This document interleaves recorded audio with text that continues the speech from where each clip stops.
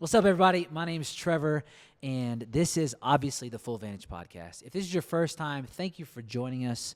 I have a guest for you today. My guy Jake is here with me, and Jake and I, we've known each other for a little while now, but we've really been hanging out like a lot more, getting to know each other recently. Yeah. And I'm just fired up for this dude's life. Amazing skateboarder. Amazing man of character, high quality friend, artist, creative, web designer, and then he is in a competition right now that could change his life. And, Potentially, yeah, for sure. And it's just more competitions and things like that we aspire to step into, whether it be running or whether it be creative or whether it be work or job tests like that. I think are just immensely valuable. So let's talk about that on the front end, and I'll talk about it just real quick. He's in a Rolling Stones competition to see really the next breakout artist. Yeah. And on Spotify. Is it just on Spotify, or is it just in general? It's just in general, I think. Yeah, so basically it's called America's Next Top Hitmaker. A bunch of people have been picked, and it's a pretty big deal, I think, after today. It starts today at 1 p.m. Like it's Pacific Daylight Time, so it's in like 4 or 5 hours from now. But basically, like within the first week of voting, they go to like 20 people. It goes from like thousands of people just to straight 20. So we're catching you on the front end. Yeah, for sure. It starts today, and basically it's a contest. They're looking for like the next artist they want to work with. You'll get A&R help, all the things. It's $10,000 cash, and then you get a page in Rolling Stones magazine. So it's pretty tight, dude. So when does it end? It ends like at the end of August. Yeah. Well, when's this first weekend? So it starts today, and you can vote once a day, and then every week it gets closer and closer to the end date, and I'm pretty sure it goes till the end of August. So it's the whole month of July, the whole month of August, and then they pick the winner. I think Got you. like very end Got of you. August. When does this week end though? Like, What do you mean? voting for this week till it narrows it down. Oh, to I think 20. it just goes like Monday to Sunday. Okay. I'm pretty sure. Yeah. Okay. I think so. Okay, that's Yeah, important. Yeah. That's important because we're going to release this episode this Friday Okay. so that we can Mm-hmm. be a part of it. Yeah. So we're recording this on Monday. We'll release it Friday, and we'll be catching you. So like, make sure you connect with Jake, and we'll be trying to get just people to be connect voting. with you. Yeah, vote for you. And it's not like I'm not like banking on this to be like this is my make or break moment. I got No. lots of other stuff in the works too, and this opportunity just came up, and I like applied for free back in like May, and then they were like, yeah, you're in. I'm like, oh, cool. So I'm just like taking it with a grain of salt and just really like pursuing it and having fun with it. And yeah, I love that because whether or not this works out, Right. we're in it for the long haul. Mm-hmm. We're trying to go somewhere with this thing. Totally. And this is a dream. Yeah. And so today we're going to actually, that's kind of like the start is like, okay, when you catch somebody on the front end of a dream, it's really valuable to learn a lot from them and to be around them and to support them. One of my favorite things that I've gotten to do in life is to be there on the front end of people's dreams and then just come alongside them and help them see their dream become reality. That's amazing, man. Like, I love that. Like, Yeah. that's, and I just find that if you don't have a dream yet, you need to get behind somebody that does, that you believe in. That's very true. That's a good point. Because think about it like this. If you want to find a dream, you probably don't know yet what it takes to have one. Or like how long it takes to get one, or what you should be looking for in a dream. And so if you can serve somebody else in theirs, guess what happens? They end up serving you in yours. And I Totally. think that's one of the most beautiful parts about friendship and relationship is that type of unity and togetherness. So we're catching Jake on the front end of his. There's a lot of people I've been talking about lately who have been struggling with their dreams. So this is an opportunity to connect with somebody. Simply, Yeah, totally. whether you're local to Denver or you're on the other side of the planet or you're on the other side of the country or Tennessee, Florida, it doesn't matter. Like East Coast, it's all good. I want to talk to you today about like, how did this dream come to fruition? How did it come into your life? Were you always an artist when it comes to music? And then like, what's the like tell us about Jake. Like, let's Yeah. connect with you, man. Sure.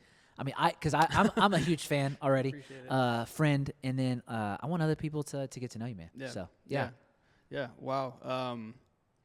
Yeah, I guess I can start with the music thing. We can just bounce that's around. great. I love Yeah. that music thing. Yeah. So basically, I grew up around music. Like I was my dad played music all the time, everywhere, like from jazz to Aerosmith to, you know, old country, all the things, you know what I mean? So I was like the Beatles, first album I listened to on my CD Walkman, dude. You know what I mean? So CD Walkman. Yeah. That's sick. Post Walkman. You're like, I like this. You're kind of letting us in on like how old you are. Yeah. I'm like, mid-20s. Yeah. But yeah. So I was obsessed with music and just loved music videos. I actually like remember I used to stay home from school on purpose, like fake sick, to watch VH1 music videos and like watch the MTV music videos like in the morning. And I was just obsessed with music, and it spiraled into like me picking up a guitar. My grandfather played guitar, my uncle played guitar, like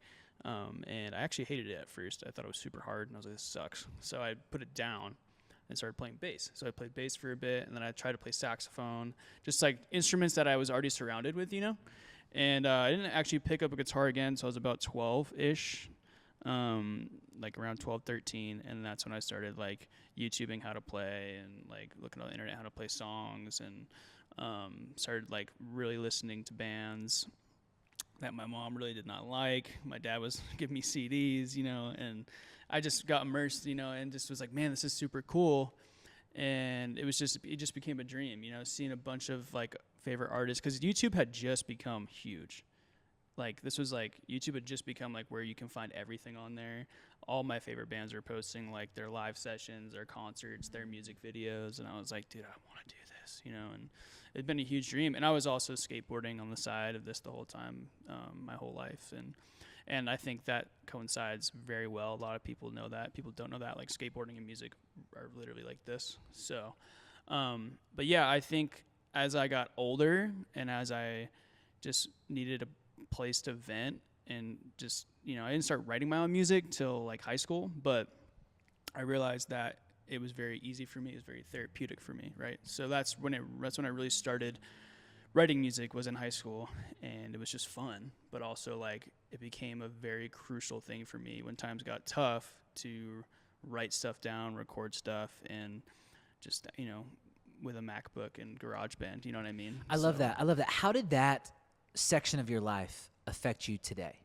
Because when I hear somebody that has found some passion, also, if I hear a young person that says they wrote something down that's male, or it doesn't matter. It doesn't matter. Actually, it doesn't matter at all. It just if it's someone that's young writes anything down, that's a huge marker for like something that matters to you. Right. So can you talk to me a little bit about like what are some of those things that you learned early that have really stuck with you and helped you stay in the game? Yeah, dude. I'm trying to think back to that time. I think I was just super inspired by artists that were out there that were doing it all. This is like also Bandcamp, SoundCloud, huge time. Yeah. This is like before Spotify really blew up too. And what's cool about that is it's organic too. Yeah, though. it was all that was all organic. It was all organic, and the content that was being put out from big artists was all organic because Spotify wasn't really huge yet. But I just got so inspired to be like, oh, I can do that. Like, I'm like in the same place in life, I feel like, in certain areas, and I surround myself with the same people, you know, like I just felt drawn to like, it's like when you find something online, a lot of millennials will agree with this, when you find the community online, right, or find something online that you're drawn to, you know, and you connect with people online, and I did that through artists and musicians and all those things, and I just felt really inspired to do it myself. And I think too, like I've been like an artistic kid, you know, so like writing stuff down was like not hard for me. So I can't really speak to like someone who's like, man, I want to write stuff down, I don't know how, you know. I would say just word vomit on a piece of paper, and that slowly turned into poetry, and that slowly turned into writing songs for me. And I think just like learning how to play guitar just really helped out too. But like slowly I realized like I need to do this to function. It wasn't like I'm just doing this for fun all the time, because some people do that. They just like have their own like hobbies and stuff, and they're a professional musician who just makes random music, and I'm like, oh, that's really cool. But like I'm like, dude, I can't do that. Like part of my writing, and it's very, now you can listen to my music now, you can see that it's very honest and it's very raw, and it's because, yeah, dude, I need to let this out and talk about this, or else it's going to be bottled up and it's not going to be a good result, right? So it's been a huge therapeutic thing for me that I've been doing since I was in high school, and it's like honestly benefited my mental health more than anything, I think. Okay, wow. I think that's huge. Yeah. Okay, so if someone's looking or someone's struggling with wherever they are, it doesn't matter how old they are, if they're struggling with what they should do next with their life, the dream, or even aspirations, would you say that a good place to begin is if the thing serves you? Meaning like if totally. it helps you, Yeah. if it makes you a better person, Yeah. if it challenges you to become the best version of yourself in health, would you say that that's a good place to begin? And did you know that that was actually happening? Or did you, like you said, it was a huge part of your mental health, and you recognized that? Yeah. Yeah, can you speak to that for a second? Like, yeah, totally. Like, how does somebody find that, or what were the aspects of that you were identifying that, how did you know it was helping you? Yeah. You know what I mean? Yeah, totally. I didn't realize it was helping me till honestly, like when I went into YWAM, when I went youth and mission, like, because I stopped doing it for a period, you know, because I was became a missionary, and I was traveling and doing all the things. But prior to that, you know, I went through a very depressed season in life. Like I didn't become a Christian, a believer in Christ till I was 17. So like that period of when I started like dabbling with music and stuff, like I just saw what other people were doing, and I started writing it down, and then I realized slowly, I was like, oh, like this is actually like I feel better after doing this, you know, like this is helping me get through my week like in a better way. And it wasn't even like, I just encourage people who are trying to pursue something in the artistic realm, like do it once a day. It doesn't even matter like if it's good or not. Like on my old computers, I had like 300 plus songs that weren't even done yet. They were just random scribbles, but it was helping me get better, one. But I had to, you know, let it out. I had to, you know, write stuff down, play stuff. I just had to take my mind off something, focus on something else. And ironically, that made my mental health better, right? Like shutting off all the noise in a different area of my life and just being like, all right, I'm going to focus on this one thing. I'm using like my artistic part of my brain. I'm going to play whatever, write down whatever, you know, and it just like turned into some really cool stuff. And what's crazy is I've actually used some of those songs and bits and pieces years later to make the songs that are out now, right? And that's been crazy because I'm like, I wrote this when I was like 13, 14, 15, you know, 25 now. I'm like, wow, I'm like using this like little section that I came up with, this little like thing I wrote down, or, you know, chord progression or whatever. So yeah, I think the journey is, it shouldn't be forced upon yourself, and it shouldn't feel like a burden. It should like help you, like you were saying, like I was saying earlier, like it should help you benefit from who you are. And it also, if you're young, it'll help you become who you are in a way. You know what I totally. mean? And I was on an interview recently, like a magazine interview, I think it was Bold magazine, and they had asked me, and I kind of dove into like my perception of like my relationship with God and my music. And I just like really voiced on like, don't idolize your passion, you know, like have faith in yourself and have faith in what you do, but don't have faith in your like artistic ability, like full 100%, because it's going to become your idol, and it's going to suck. Cause when you have something that is terrible, we have like almost made it in an area, but then you went back a few steps. Like if you idolize that super hard, you're going to be so bummed at yourself, versus like having separation, you know, like having other hobbies, having other things that help you better yourself too. You know, like music's not just the only thing that is my mental health that keeps me going, but at the time of my life and when I was younger, like we were talking about earlier, like it really benefited me, and I wasn't good at it when I started. You know what I mean? Like I really wasn't, dude. Like I listen to stuff now, I put out now, and then I pull up like SoundCloud from, you know, 2015 and 2014. I'm like, oh my goodness, dude, like I've come pretty far. This is good. You know, I'm like, it's a humbling experience. But yeah, no, I just want to voice to that, like, have faith in what you're doing, but don't like idolize it, you know, like make sure it stays like some level, you know, you can have some separation from it, because I've seen people who are super good at music and they just idolize it too hard, and they end up backing out completely because they just like have a moment where they're like, I can't do this, but really they're just like having an episode like in their head of like, is this really what I want to do? It's the whole thing, but it's because they put so much pressure on themselves in the first place, you know, like that's something too, is like, because it's become my like release and my therapeutic thing, I don't have pressure on myself. You know what I mean? And I think a lot of like the music that I'm making and creating, it's inspired off of life experiences that I've experienced, other people have experienced, and I allow room for that. And what that does is make some dope music, because I'm like, I have no pressure to be like, man, I'm looking for something specifically for this and this and this. Like, I'll just get inspired from what other people are doing, and it helps me with like mental health. And like, dude, I've written songs for other people, like other experiences that I just like see and I just get inspired by it, and then it ends up helping me more. You know what I mean? Like, that's what happens. So it's just a whole roller coaster of that. And yeah, I think that's like a really important thing I just want to bring up real quick. It's just like, don't idolize your artistic ability. Like, let it flow through you. Let it be like how you release. Let it like become part of you, you know, but don't let it become you. You know what I mean? It's just a huge thing that is like, I don't think talked about enough, because it's like, I see so many homies and people that get good, but then they fall out real quick because they give up, or they think it's too hard. And I think it's just too much pressure that they put on themselves, when in reality, like, no, dude, like, you're worshiping this thing that doesn't really need to be your every single minute breathing thing. And I've experienced that in other areas of my life too. So it's allowed me to focus and have other things and have a good schedule in my life to just work on music and schedule it out, and I can like breathe, you know? Dude, yes. Yeah. And I didn't want to interrupt one piece of what you were just saying. You could have.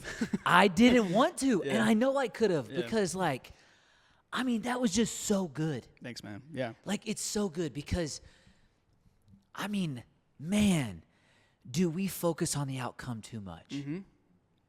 And we try to get a certain metric, but the metric doesn't matter. But if what matters is this amazing, wonderful, consistent, Yeah. daily progression that you enjoy sometimes, you don't enjoy other times, but you know its value, and we just keep pursuing it in community or even alone by ourselves, and we know that this is going to help me become the best version of myself. Mm-hmm. I'm going to keep taking steps forward. Then I'm like, I am where I need to be. Yeah. And the outcome will speak for itself, because I will have a body of work that has produced an outcome that I can be okay with. Yeah. Totally. Because I like who I am. Yeah. And what I hear, Yeah, and dude. I feel like I'm sitting next to somebody who's cool with who they are. Yeah. Who actually, you know, like, you're not perfect, and I don't hear you saying that, and I don't hear you saying you've made it. I know Yeah. you have dreams and aspirations. Yeah, totally. But you're cool with who you are. Yeah. And, like, you're comfortable with who you are. And, man, I just love being around somebody that sits and just has that kind of quiet confidence. Appreciate that. Yeah. Like, I'm good, Yeah. and I'm great. Mm-hmm. But that doesn't mean, just because I'm both of those doesn't mean I'm not growing. Yeah, totally. It doesn't mean I'm not going anywhere. Yeah, man.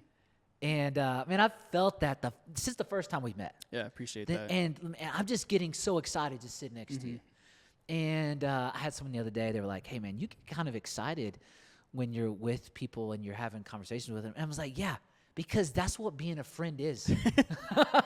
like, Right? Yeah. like, that's what being around good people does. Yeah, dude. Is it helps you.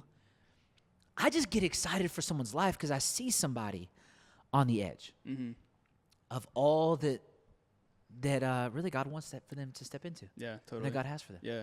Yeah. Blessings, favor, kindness, the fruits of the Spirit, love, joy, peace, patience, kindness, goodness, faithfulness, gentleness, self-control. Who's trying to live life, have one of those. You know what I mean? Yeah, totally. Like, if Yeah. you're trying to live life, maybe you should pick up a fruit, taste Yeah. that bad boy. You Yeah. know, like, that could be Dude. fun for you, you know? Yeah. It's fun in relationship. And so, man, like, I feel I'm just sitting with somebody who's so healthy as well, and it's exciting. I want to talk about skateboarding Okay, sure. Yeah. because I love skateboarding. Mm-hmm. Like, I genuinely love it. I didn't get to spend a ton of time skating. I mostly went fast, so I was mostly like longboarding Yeah, totally. and like gloves on hands, sliding. So That's impressive, dude. helmets, I don't knee even want pads, to touch like, that area. yeah, let's see if we can slide around these corners. Yeah. And Not for me. I don't. What was I doing? But that was a little bit of my like long parking garages. I remember going up parking Yeah. garages and just Uh-huh. longboarding down them at night, and I was like, "This is a blast. It This is is super so crazy, fun." dude, So that was kind of like my side of skating. Nice. So less like tricks, I guess. Yeah. But Yeah, totally. more speed, I guess.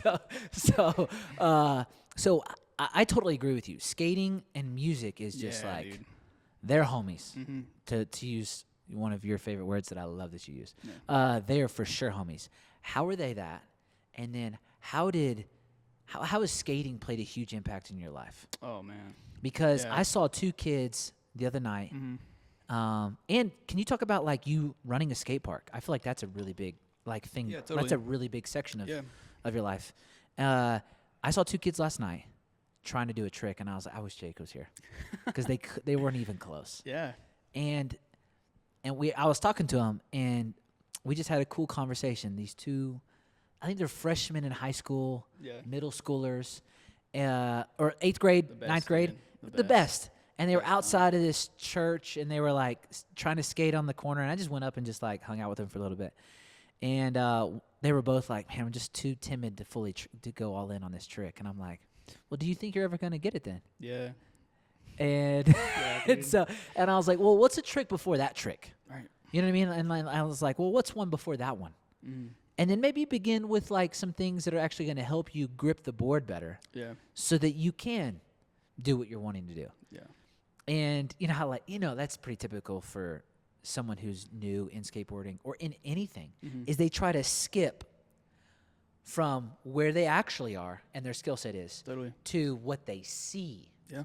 others that they want to be doing. Like, you can't do the thing.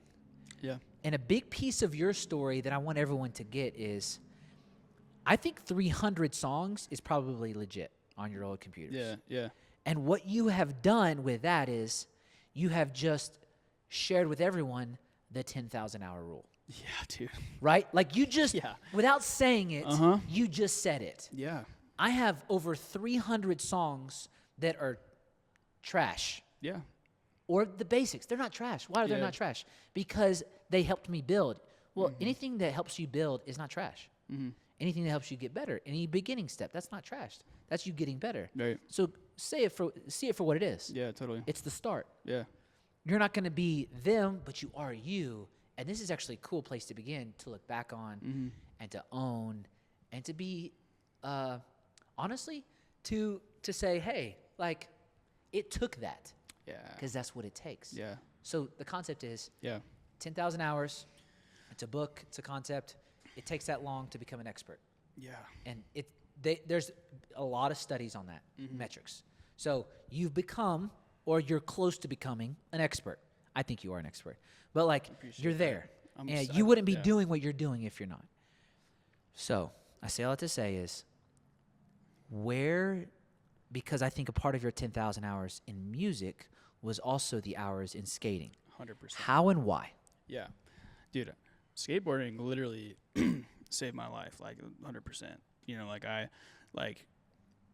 I've been skateboarding like right after I could walk, pretty much. Like, my cousin put me on a skateboard, and he just he was just putting me around like four or five, 3, 4, 5. And then I started skating when I was 5, seriously, and I just did it all the time. It consumed me, like, played all the video games, but that also introduced me to music and just like listening to the music on the video games. But dude, I skated every day, hours every day. And I grew up in a small town in Maine. Closest skate park was like 25 minutes away, so I just had my driveway. We build ramps, we build, little stuff here and there, and we had a little group of friends that just skated, dude. Yeah, and I love that. that's all we did. And my dad hated it. I can picture it. He hated the stealing plywood to build something, and then he'd be like, "Where's this piece of wood I need?" And I'm like, "I built this," and he'd be like, "Dude, why did you do that?" You know what I mean? But they supported me in it because I wasn't doing anything I shouldn't be. I was skateboarding, but that did ultimately lead into a bad area of my life because I accepted the skate culture, and then we can get into that in a little bit. But yeah, so skateboarding, it did really help me, and the reason why I say it saved my life is because it taught me so many things really young, dude. Like getting the scabs and the bruises and the scrapes really young, and just getting back up.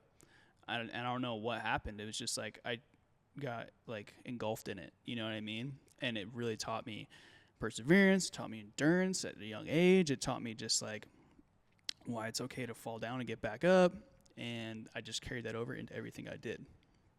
And I definitely put in more than 10,000 hours in skateboarding, I can tell you that much. So it's like when I started playing music, it was the same deal. It was something new, it was something creative, and it was something that was hard. And skateboarding still is hard today, dude, for me. Like I've been skating since I was 4 or 5, and I still miss tricks that I, have thought I've mastered, right? You know what I mean? But yeah, music was something that I felt the same drive. I felt the same connection with that. And listening and growing up with music around me when I was younger before skateboarding, and then skateboarding and listening to music in skateboarding videos and games and stuff, I just really got immersed into all music cultures, and it just like really adapted into my life and lifestyle. And that really like helped me get where I am today with the music stuff, and I saw skateboarders that were making music, and I was like, oh, that makes so much sense. Like I'm already so engulfed in it already, like, and I love music. So I just started like messing around too. That was like an area too where I started making music. But yeah, dude, like skateboarding literally like saved my life as a young kid, 100%. Like in the very good precious years that you need to be doing something to stay out of trouble, I was skateboarding, and that was very, very, very important to my parents and me. And like didn't really have many friends because I was skateboarding, like I was just literally, it was before skateboarding was cool, dude, because like right after I graduated high school, skateboarding became really cool, and I was like, dude, this sucks. Like I wish it was I wish I had a little bit more clout as like a young kid skateboarding versus being like, why is this dude wearing like it was like skinny jeans era for skaters, like skinny jeans and like beanies, and I was just like skateboarding every day all day, you know what I mean? Dude, I'd love that because you're talking about at a young age learning how to like get injured and not have it stop you. Yeah, totally. You're talking about endurance, persistence, to keep practicing, to keep going, to do something hard, and to see something difficult be overcome. Yeah, dude. Can you speak to the necessity to having to do something difficult at a young age? And do you think that that is important for everyone to really learn? Because if you don't learn at a young age, you're going to have to learn it eventually. Right. Yeah, that is very important, and I can say confidently that the stuff I endured with skateboarding as a young kid falls into every area of my life even today, and the importance with that is you learn that sometimes life is life. You know what I mean? Like that's a great way to put it. Sometimes things just happen, and you have to get back up or either live with them, God forbid, and like all that stuff, man. Like it's just very important to remember that like you're human, life happens, but you're able to get back up, you're able to keep going regardless of what it is. And I think I learned that at a very young age through skateboarding. I learned like probably around like maybe I want to say like 14, 15 is where my temperament kind of chilled out too. Like I think a big reason too why I'm like kind of calm and collective most of the time is because I skateboard, and I used to like be super angry and mad at myself for skateboarding when I was very young because I pressured myself and was super like I want to be the best, like I want to get sponsored, I want to be the kid that goes from a small town and moves to California and skateboards for the rest of my life, blah, you know what I mean, like that whole thing, right?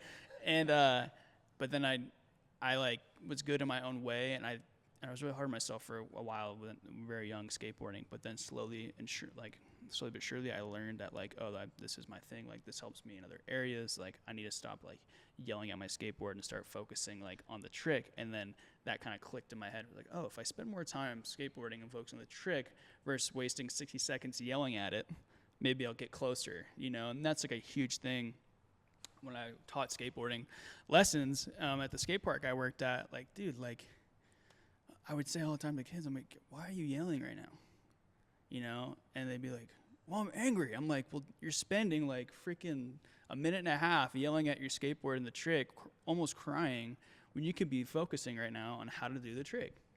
And it would like click in their head. I'm like, oh, okay, that makes sense, you know. And then they would try it, and sure enough, like that day or a couple lessons later, they would usually land their trick because they just like something switched where it was like, oh, that makes sense. I shouldn't yell at this thing that's like not even like an object, you know, and just like yell at this object for a minute versus being like, well, if I put my foot here, if I start working backwards and focus on the trick I did before, you know. And that's the thing too, is like I think skateboarding taught me that sometimes you got to work backwards to work forwards.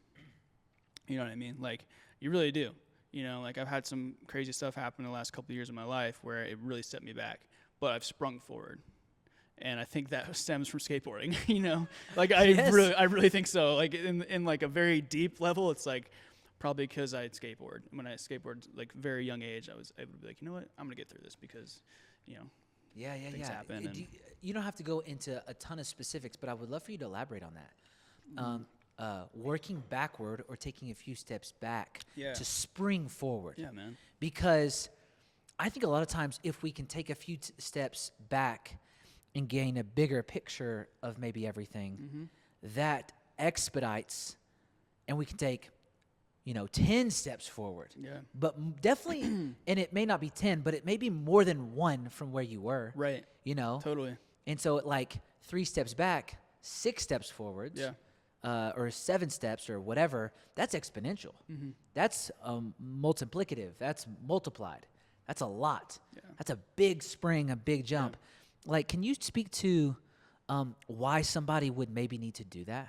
Yeah, totally. I think it kind of also goes back to like having too much pressure on yourself, you know, because I think like life changes and life happens and seasons end and seasons change. And if you can't adapt, and that honestly that requires sometimes moving a little bit backwards, like you said. I was just going to say what you're going to say. Like, you want to see a bigger picture sometimes of what's going on to really elaborate on where you want to go, you know, whether that be with the job, whether that be with music, your art form, like a relationship, all things. Sometimes you have to like center yourself in a way that's like, all right, I need to take a step back, I need to see what's going on, and see how I can move forward if I want to move forward. The whole, you know, like give yourself time to think, you know, really, instead of just like go, go, go, go, go. And I really speak to that because like I am doing what a lot of people typically aren't doing right now, which is like really pursuing a passion and working on the side. You know, I have lots of friends who like have their careers and then they have their passion, and it's flipped for me. And for some reason I'm like, in a way, I'm like, man, I'm pretty happy with where I'm at right now. And then sometimes they're talking to me and they're pretty bummed on where they're at. And I'm like, I mean, you can do what I do. You know, you can flip it. You know what I mean? But they're like, no, I don't want to do that. And I'm like, it's fine. And, you know, I'm not pressuring you to do anything. But it's like, I had to take a big step back, and be like, okay, I have these opportunities in front of me. How do I want to attempt to do them? Like, how do I chase this without being like without struggling, you know, like without that, and also having time to actually spend time on this thing that I want to pursue, but also be responsible. And that's like a hard thing to figure out, you know. And I think that's what I've been figuring out the last couple of years prior till now, is like really being like, all right, how do I be responsible with my passions so that way I can still work a job that can, you know, provide for me, and so my passion can hopefully provide for me. I can have healthy relationships, you know, I can have like a healthy community, like all that stuff. Is like I had to take those steps back, and like the steps I've taken forward have actually been very helpful and good. But I think too goes back to like my relationship with the Lord, you know, like lots of prayer, lots of fasting that I went through as well, and just like being like, Lord, like I just want to do the will you have called for me, and I know you have given me lots of opportunities and different gifts and talents, but like what am I doing? You know what I mean? Like I have to take a step back, and I have to let you enter back into the situation, because that's the thing too, is I feel like if we go, we don't allow the Lord to step into our life, we don't push him on the side. We can say that we're still doing all the things, but are we really actually like letting him lead? You know what I mean? Because I've for sure, and I still struggle with this a little bit still, it's like I get in places where I don't let him lead. I'm like, oh, this is the right thing, I'm just going to do this. And I'm like, what? No. Like, why did I decide to do that? You know what I mean? Or whatever. So I think it goes a lot back and forth. And yeah, I just really think it's very important to allow him to step in, because he wants you to do the work that he has planned for you, you know, but he wants to lead the reign. And that's like kind of hard sometimes to think about and like pursue, especially when you're an artist or a skateboarder or whatever, because you're like, oh, this is my art, this is what I made. And I'm like, but I'm telling you, man, like the second that I gave up the whole like, man, this is mine, and I was like, no, God, this is yours, use it, it's when the doors open up always for everything. I love that. Yeah. I'm so impressed by so many things you're saying right now. For example, the idea that it's okay to take a step back to think. Mm-hmm. I was reading a study the other day on happiness. And yes, it's a feeling, but there are aspects to happiness where you can be somebody who is happy. You just may not always feel it, but you will feel it more if you're somebody that happiness doesn't. You're not pursuing happiness. You are somebody that happiness comes from, like being happy. And there was 3 attributes to happiness, but one of the things that this scientist honestly was measuring about happiness was, if someone could take a step back and they can think and they can see that everything that they're a part of is bigger than themselves and they get to play a part of it, that is a key to being somebody That's good, man. That's really who good. is happy Dang. and has happiness. Yeah. And so the exciting thing for me, what I'm hearing is you're both having faith and thinking of like, hey, I'm bigger. I'm a part of something bigger than myself. Yeah. And yet I have faith in someone, something that's actually in control. Yeah. And you're placing not control on yourself to control the outcome or the circumstances, but on your faith in God. And what I love about that is you are somebody that can experience happiness regularly. Yeah. And not just based off of a feeling, Yeah. but because of it's who you are. Mm-hmm. It comes from you. And you can maybe even learn to have happiness or to help someone else be happy. And what that does is that serves you and it allows you to be more happy. Yeah, totally. Because it's like, if I can help someone else, well, guess what? If I can help someone else find it, guess what I have probably done? Found it. Yeah. So if I can help someone find it, I have found it. Mm-hmm. And that is like, whoa. Yeah. So where does your faith come from, and what is YWAM? Okay, cool. Yeah. Because I think that's an important That's thing. a huge part. to Yeah, that that's a huge question. part of your journey, Yeah, totally. and for people to connect with you. Yeah. And you brought it up 2 or 3 times, and I think it's important because it's like, oh, what is YWAM? Yeah. I do know what it is, Yeah. but I think it'd be A lot good of for you people to. also don't. A lot of people don't, and Yeah. that's really cool. What does it be? What does it mean to be a missionary? Yeah.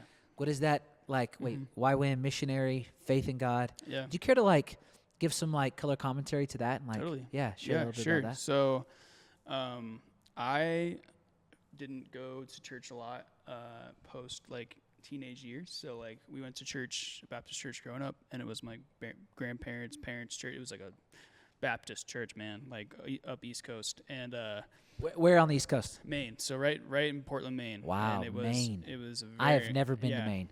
Anybody who wants to go to Maine, please go. Just don't go in the winter if you don't like snow. It snows a lot.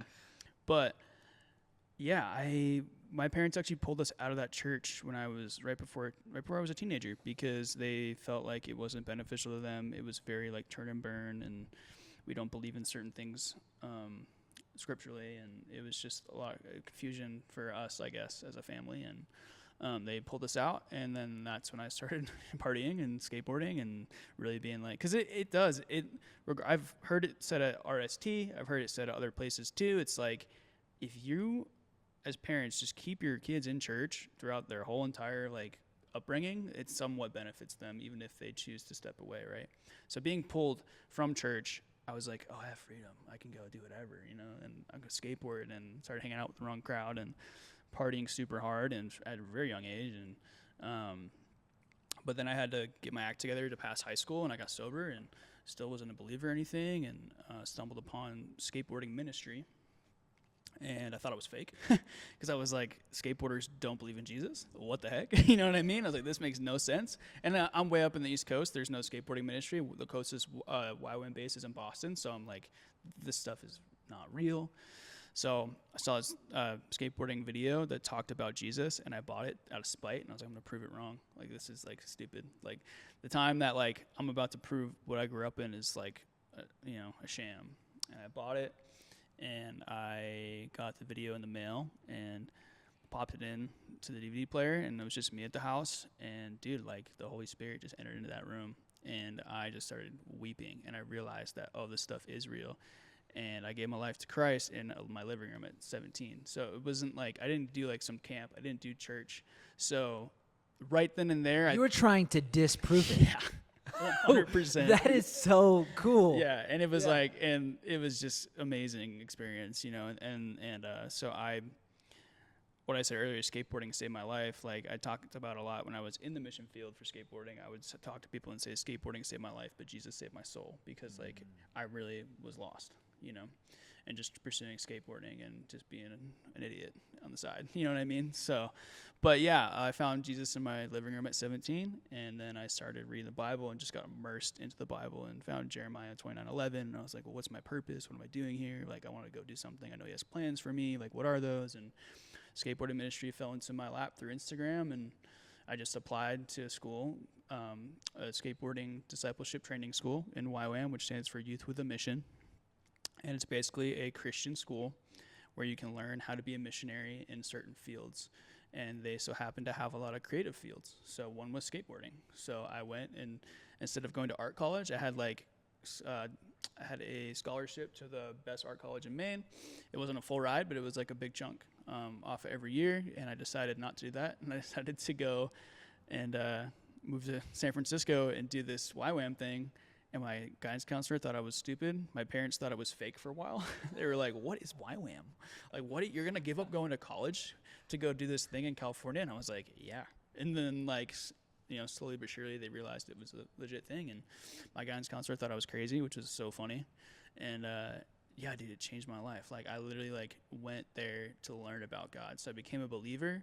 And then I was like, but I want to know who he is, And Youth with a Mission allowed me to figure that out, and allowed me to have faith, and allowed me to learn to have faith. And I wanted to say earlier, I think from the get-go, finding Jesus in such an organic way has allowed me to have faith that is just unshakable, because it's like you said, I tried to disprove him, and then he was like, nah, dude, you're actually mine. You know what I mean? Yeah. And I'm just like, whoa, okay. Yeah, of course. And in Youth with a Mission, it's a fully funded organization. You're technically not allowed to work. You have to raise your funds. And dude, $7,000 had come in throughout that time, just off of donations, just being faithful to tithing and stuff. And it's just set up my journey and my walk with him to just be so rooted in faith, and just be like, man, it doesn't matter what I'm going through. Doesn't matter how bad it is. You've done things in my life that I can't even explain. So I'm obviously not going to disprove this, no matter how hard it gets, right? So that's a huge part of the faith aspect. And it's funny, it's you seek and you shall find. It's yeah, dude, you seek out going to a different country and trying to have to share the gospel. You're going to find faith. You're going to build up your faith. You're going to build up relationships. And I think we talked about when we first sat down, the whole evangelistic stuff is yeah, I have an evangelistic heart, because I saw the need in skateboarding that people need to know who Jesus is in such an organic way that it makes sense for them. Mm-hmm. There's this movement called the Whosoevers out in California, and Ryan Reese is the owner of it, and he said this really profound thing one time. He said, you can't go to a skate park and do a worship night. He's like, you'll get people walking away. You can't show up and expect to do worship night and altar call at a skate park, a packed skate park, they're not going to fly with that. It's not how that works. You got to be with them. You got to live with them. You got to literally put yourself in that culture. And in order to be able to do that, you have to know that you're in the world but not of it, right? That's stepping that out, but then you have to have that foundation, because then you can get mixed up and end up hopping in.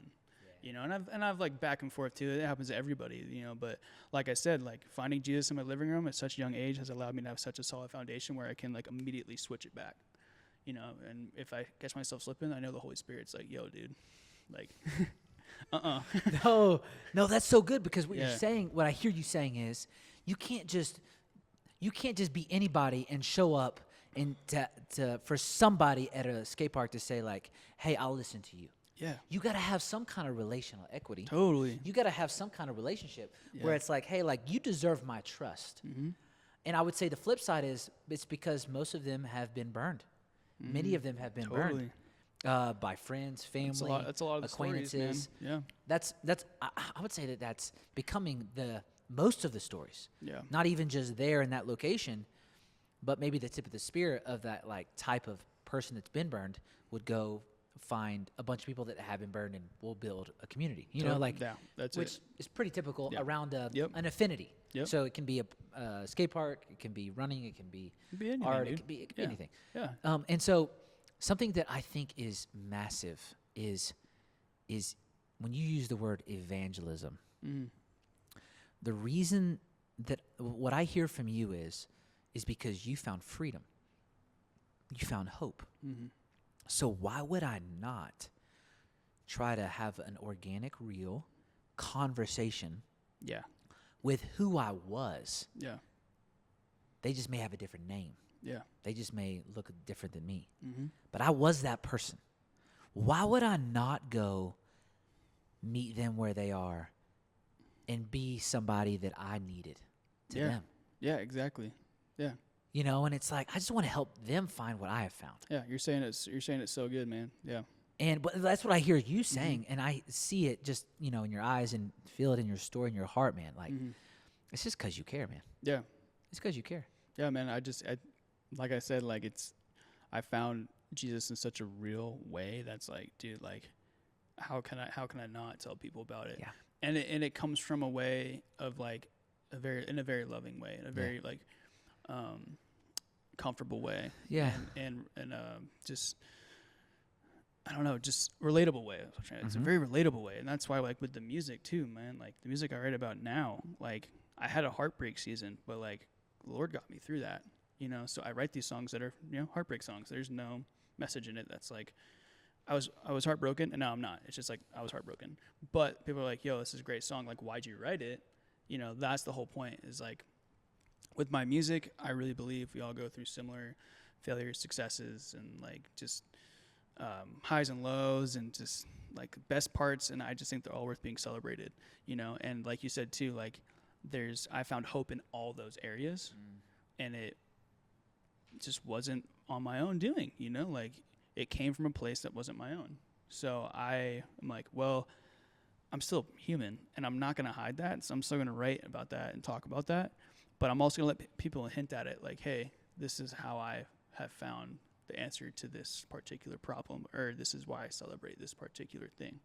It's because it's not me that's worth celebrating, it's the Lord.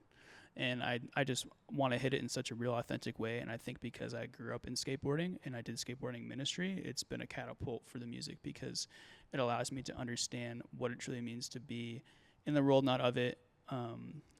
The ministry I was a part of in YWAM was called Calling All Skaters. And they have a huge saying that it's called moving at the speed of relationships.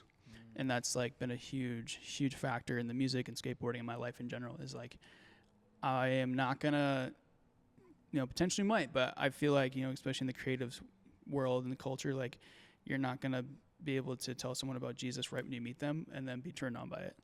But you build a friendship, you build a relationship, you move the spirit relationship like Jesus did with the sinners, disciples, everybody he was around, and then you bring up Jesus, and they're like, oh, that's why you're this way, that's why you like make this art this way. And sometimes they're profound by it, sometimes they're cool with it, but regardless, you planted a seed, regardless, you were influential, and you were your authentic self, And I want to touch on that real quick, is like, you can totally be your authentic self and be a Jesus lover at the same time, Like, let your mess be your mess, and like let the Lord just like move through you, and just like accept correction. I think is very important too.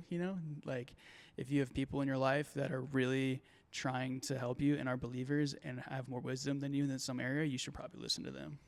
That's a huge thing too. Is like getting a mentor, getting somebody who can just really speak into your life. It can be more than one person too. If they're seeing things in your life and they have something that you desire in their walk with Christ, that probably means you need to adapt something to that, right? So I think that's really hard as creatives. Like, we just want to do our own thing 24/7, but like when people speak into your lives and you like sit down with them and you build relationship with them, and then they're like, you know, man, I see this in you, and like right now I think you're struggling with this. Are you struggling with this? Why are you struggling with this? And they have conversations. It's to better you. It's not to bring you down and to step you away from your calling or your creativity. It's just be like, well, if you like did my minute little tweaks in some areas, like, you would be surprised what you could do, you know. And I think that's what I've learned, just like letting go and being humbled and being teachable as a creative, you know what I mean? I do. It's like, dang it, dude, like, I really gotta just like adapt this thing that like is kind of weird and awkward, but then you realize like it's a beautiful thing. Yeah, You and know? the question that you're answering is, can I be both a Christian and a creative in Yeah. the world at the same time? 100%. And what I see somebody doing in you is, yes, Mm-hmm. I'm going to be a follower of Jesus, and I'm going to make with him. Yeah. I'm going to make, and we'll see. And it's for him, and it's for others, and it's to give away, and it's Totally. it helps me where I am, and it helps move the ball forward. And so I want to ask you a question. You make Christian music. I'm a faith-based artist. That's what I am. Yeah. Come on, you're Yeah. a Jesus follower Jesus who makes follower music. who makes music. Yeah. Yeah. I definitely like don't have the desire, I don't think. And it's not, I don't even think it's for me. Like I battle this all the time and personally, but like I feel very called from the Lord to just make faith-based music. But it's not going to be on K-Love. It's not going to be in that area. It's going to be next to the 1975, Coin, Laney, all those artists, the band Camino. It's going to be next to those bands, you know, because that's just what I'm inspired by and that's what I'm drawn to. And not only that, but like that's just where I feel called to be. And I've definitely wrote worship music, and I definitely have done that very particular thing for a very long time as well. But with this particular project, it's just like I'm still worshiping the Lord, and I'm still making music, but it's very raw and authentic in a way that it just makes sense to other people. You know what I mean? It's not like being, I guess I could say just like put in a certain pocket, you know, of music, like with Christian music, because you know some people know what Christian music is. You just CCM. You just know. Yeah. You just know. Yeah. Yeah. And like honestly, I've had people listen to my music and I tell them my story behind it, and they're like, I didn't even know something about Jesus. I didn't know something about, you know, that's crazy. You know what I mean? I'm like, that's perfect. That's what I'm trying to do. You know, I'm just trying to like let people know that, like you just said, you can be a Christian and be a creative.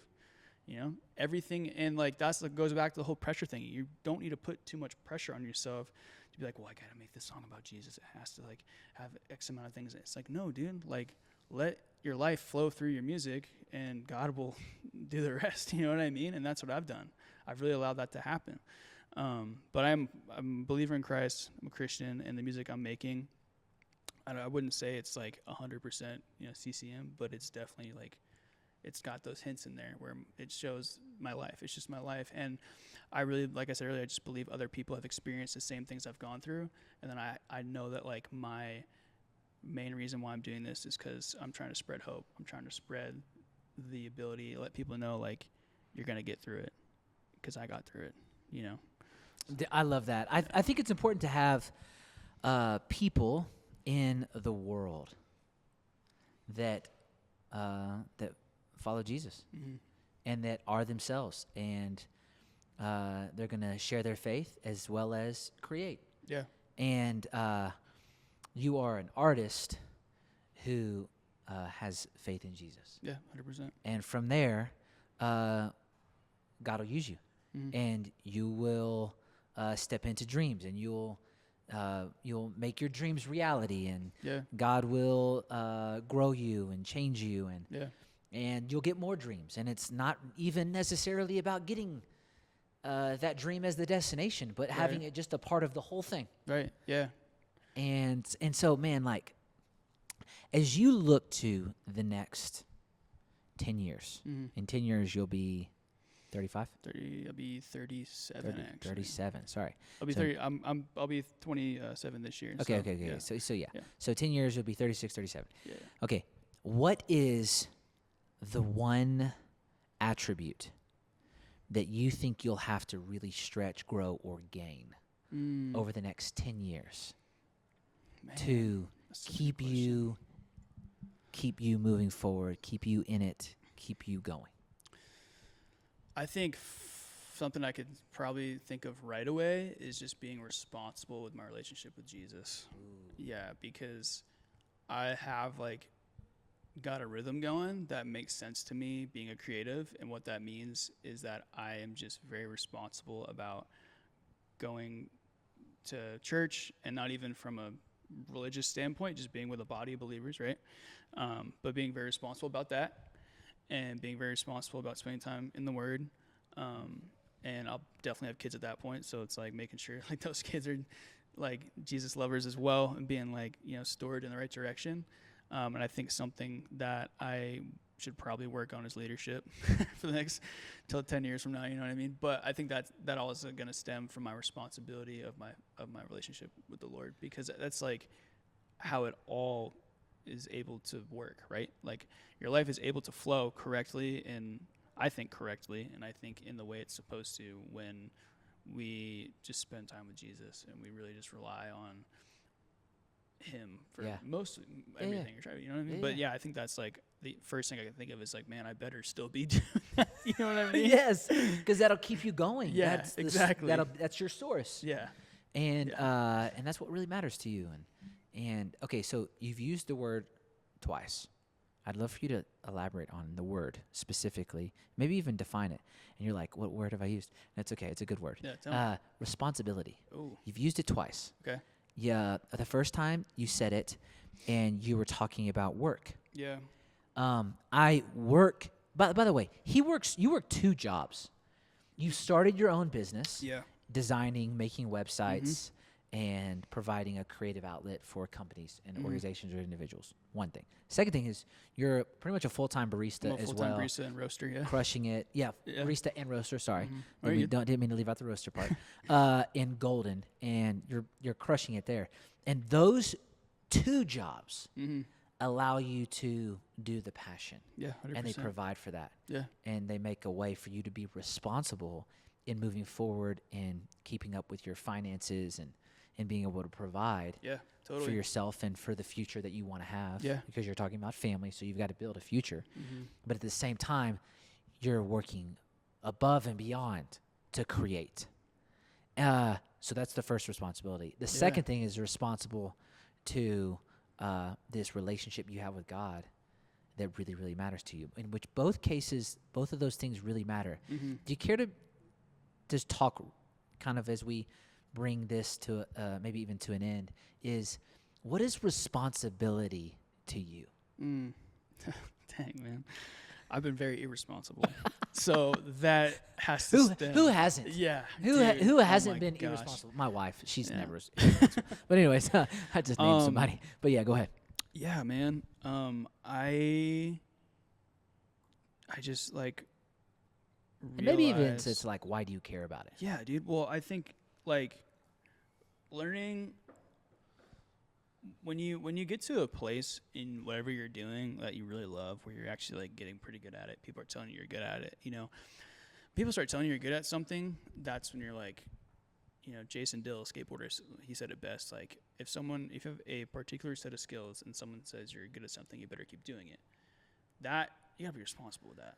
You gotta keep doing it, right? But at the same time, like, you gotta think about like life changes, life grows, life gets like crazy, and you need to be responsible. That's just the outcome, you know. And there's the cliche artists out there that just like do what they want all the time, and then they don't work, and they don't do this and this and this and this, and they want to go do things, but they can't because they don't have money, or they don't, you know what I mean? I'm just like firing off the top of my head like that cliche stereotype. And I have learned that like you gotta hustle to get where you want to be. Ooh. That's it. Like, and I've had jobs across the board, dude. I've been in carpentry. I've done roofing. I've worked at Vans outlet stores. I've cleaned carpets. Yeah, dude, shout out Vans. I've cleaned carpets. I did skateboarding lessons. I worked at the skate park, and I am now a barista. And this time around though, like this season of life when I became a barista, my intent was to be like, I'm gonna pursue music. How can I make money right now? But it's like, how can I have a job responsibility to my passion? I need a job that I can work with, that I can be responsible with, that works with my schedule. So it was honestly just, I don't want to say being selfish, but just being like, how can I make this work? And that's when I was like, all right, I need to be responsible in these areas. Because too, like my music, I have a schedule each week that is evolved around my work schedule, you know? So every week I'm driving out to Highlands Ranch like 3 days a week, and I'm like doing a studio session, I'm doing a rehearsal, I'm doing a meeting, all for music stuff, always. Because I'm like, I need to make sure this thing's on point. I need to be responsible with it, because it is a good thing. People are saying that you are good at it. I need to take care of it. You know what I mean? And I think it's just a passion and an aspiration to take care of it. Yeah. You know what I mean? I think that's what it comes down to, is like, if you love something and you want it to provide for you, which I fully believe that your passions can provide for you, you got to hustle to get there, one, but you got to take care of it. And that's a big thing. Is like, if you're not taking care of that thing, and that takes it being responsible with it, then it's going to fail. Yeah. And that's the reality of it, because, you know, like I just fell into the music thing, kind of fell into my lap post-COVID, and I just was able to like have opportunities come up, and I was like, man, like this is cool. But I'm like, I got so many things going on, like I don't know what to do, like what's going on, and I'm like, man, but this is like my one opportunity, like I got to take it, like I really need to step back, and I got to be responsible with this. You know what I mean? That's what happened. It was like, I can't be irresponsible with this opportunity, because it may never come again. Ooh, okay. You know what I mean? Yes. And the question that I'm hearing you ask, that everyone needs, myself included, is how can I make this happen? Yeah. And Totally. the opposite question is not what you're asking, because you're moving forward and trying to make it happen. You're not saying, how won't this happen? Or why won't this happen? You're saying, no. How can I make it happen? Mm-hmm. And you're viewing it as a moving forward, and you're viewing it as a steward of what you've been given. Yeah. And I believe just if we would, as humans, begin to steward what we have, Yeah. we will start stepping forward. Mm-hmm. We will start moving forward at a rate that gets out of control in the most healthy, amazing Yes. way. Totally. Just steward what you have. Yeah. Meaning be responsible to realize that you must use it for good. Mm-hmm. You must use it and try and grow it. You must try to get better at that thing. And an identifier is, has someone said that you're good at something? Yeah. Has someone said that you have this naturally? What do you like that other people say, man, hey, great job. Maybe you should lean into that and steward what they are saying. Yeah. And if you don't steward what they're saying, and if you don't steward your relationship with him, and if you don't steward your time, and if you don't steward what you do have, what makes you ever think that you will be good steward of what you don't have? Totally. And I'm like, Yeah, man, man. we can actually fire. get somewhere with this. It's fire. Yeah. And I see somebody in you that is going somewhere. Appreciate that. And it doesn't, and I hear you say also, it doesn't even matter if it's music. Yeah. Now you want it to be I music. really want to be music. And you're going all in on that. Yeah. Right. Right. But your life, and you said this earlier, that's not my life. Yeah. That is how I'm living right now. Yeah. And that's something I'm stewarding right now. Uh huh. But music doesn't have my life. That's it. I have music. Yeah. Totally. And man, like you are I'm so excited for you. Appreciate it, man. And, Seriously. I Yeah. think this opportunity is just one of many that's coming your way. Yeah. You're just gonna keep getting better, and it's gonna be exponential growth. And I just think people just need to follow you and be inspired by your own story Thank you. Yeah. as you do share Jesus with people, as you are a Jesus follower in the world, Mm-hmm. maybe not making Christian music, but a Christian that's making music. Yeah. 100%. And it's like, man, I relate with you Yeah. on all of that. Yeah. It's like, I just want to be an artist who follows Jesus, and my art reflects what I love and what I Yeah. believe in. You said it best, man. Right there. Yeah. You know? That's exactly what I'm trying to do. Man, so I'm excited. I think we probably need to maybe wrap this up because we're at about an hour right now. Yeah. And as we wrap this up, okay, you're a designer, you're a barista, you're a musician. How do people connect with your music? Mm-hmm. How do we vote to support you? How can we follow along? Do you care to share that real quick? Yeah. So My socials are just Jake Reny. That's JakeReny. Not M. Not M. Not N. Remy. N. Reny. Reny. And then on my website is jakereny.com. That's where you can find all my music stuff. For voting, it's going to be linked all in my profiles. It's through America's Next Top Hitmaker. I think it's nexttophitmaker.org is what they're doing. It's tophitmaker.org, I think. But anyway, it's all linked in there, and you can vote directly in there. You can vote once a day. And yeah, like I said, this is not my make or break. It's a sick opportunity. I'm going to run with it and have fun. I got lots of other stuff coming up this summer too. We got some shows that we're lining up soon, things like that. But I am just really looking to hopefully have people like the music, follow along on the Instagram, and start building up a fan base and an audience just to keep it going. So. Yeah, and to encourage. Yeah, and to encourage is the whole thing. And to bring them on the just journey. Connect with people. Yeah. I believe it's going to be cool no matter if you get it or not, because you're going to have a cool story. Yeah, And totally. you're going to keep talking about it. Yeah. And your Instagram is also Jake Reny. Yep, that's all it is. Just Jake everything Reny. is your name. Yeah. Which is awesome, man. Pretty simple. Huh? Again, I'm excited for you. Appreciate it, This man. is a great convo too. Yeah. No, I appreciate you having I'm me amped on on a Monday. here. Yeah. I'm fired up for the week, and I hope you're connecting with people like Jake. Yeah. And if you want to connect with more people like Jake, maybe just follow him, see who he's talking to, and then look at what I'm doing and what we're doing with Full Vantage Podcast, just trying to get people to inspire you that are on the front end of the story, that are in the middle of the story, that are on the other side of the story, that have something to tell based off of what they're seeing from all the different vantage points. That's why we call this thing Full Vantage, because let's get some perspective in life and get a part of something that's bigger than ourselves. So, thank you again. Connect with Jake, and I can't wait to. I'll be front row going bananas at all the shows in Denver, just going crazy. Yeah. I need a at Jake Reny tattoo. I'm just kidding. I'm just kidding. Get your face on my wild, arm. That'd be dude. crazy. And we're gonna be just having fun this week, and let's take steps forward. We'll see you soon. Full Vantage Podcast. Again, man, you're the best. Dude, thank you so much for having me. Yeah, It was so later, much guys. fun. Later.